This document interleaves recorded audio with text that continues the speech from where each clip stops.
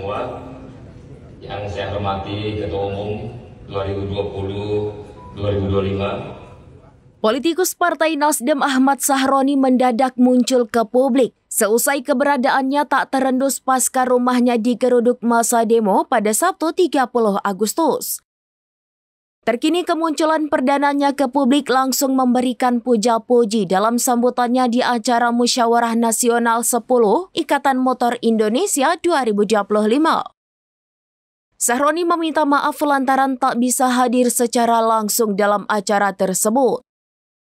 Sahroni yang menjabat sebagai Sekretaris Jenderal IMI itu memuji sosok Moreno Suprapto yang santer menjadi calon Ketua Umum IMI periode selanjutnya.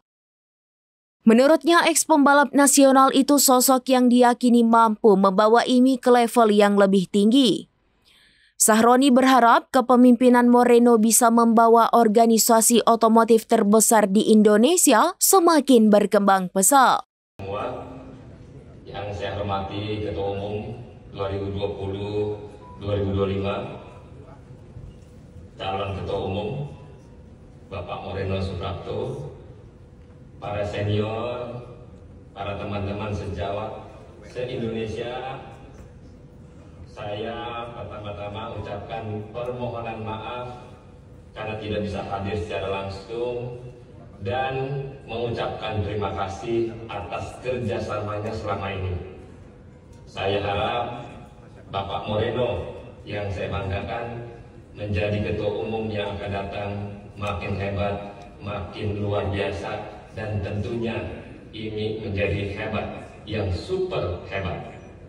Dan tak lupa ucapkan terima kasih dan mohon maaf kalau memang ada kekurangan yang telah saya perbuat, baik secara langsung dan tidak langsung kepada semua pihak. Terima kasih Pak Ketua Umum. Sekali lagi, salam hormat semuanya. Wabillahi taufiq wal hidayah. Wassalamualaikum warahmatullahi wabarakatuh.